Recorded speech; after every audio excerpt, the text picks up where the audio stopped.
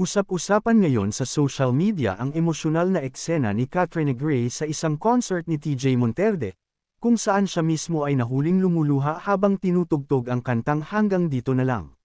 Dumalo sa nasabing event si Kathryn kasama ang ilan pang kapwa celebs, kabilang na rin ang kanyang dating kasintahan na si Sam Milby. Bagamat magkalapit lamang sila ng upuan, a few seats away, kapansin-pansin na wala silang anumang interaction sa isa't isa. Ito ay lalo pang nagpaingay sa haka-haka ng mga fans, lalo't matatanda ang engaged na ang dalawa bago ang pagkakaroon ng problema.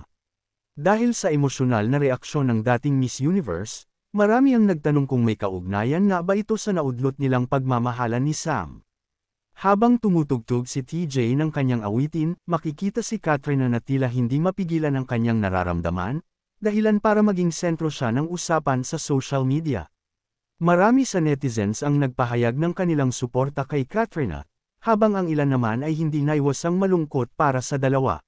Sabi ng ilang fans, kahit si Kathryn Gray nag-relapse rin sa Araneta. Si Kathryn Gray nga, nag-relapse sa performance ni TJ Monterde, ako pa bang mahinang nilalang lang? Who came across Kathryn's vid crying sa headnoll ni TJ Monterde, nalungkot din ako. Gayunpaman, nanatiling tahimik si Kathryn at hindi naglabas ng anumang pahayag tungkol sa kanyang naramdaman noong gabing iyon. Patuloy namang inaabangan ng publiko kung kailan siya magsasalita tungkol sa estado ng kanyang puso matapos ang natapos na relasyon kay Sam. Ano kaya ang tunay na dahilan sa likod ng kanyang pagluha? Sadyang nadala lang ba siya sa kanta o may mas malalim pang dahilan? Abangan na lang natin kung may sasabihin si Queen Kat tungkol dito. Pambukas na panaklong.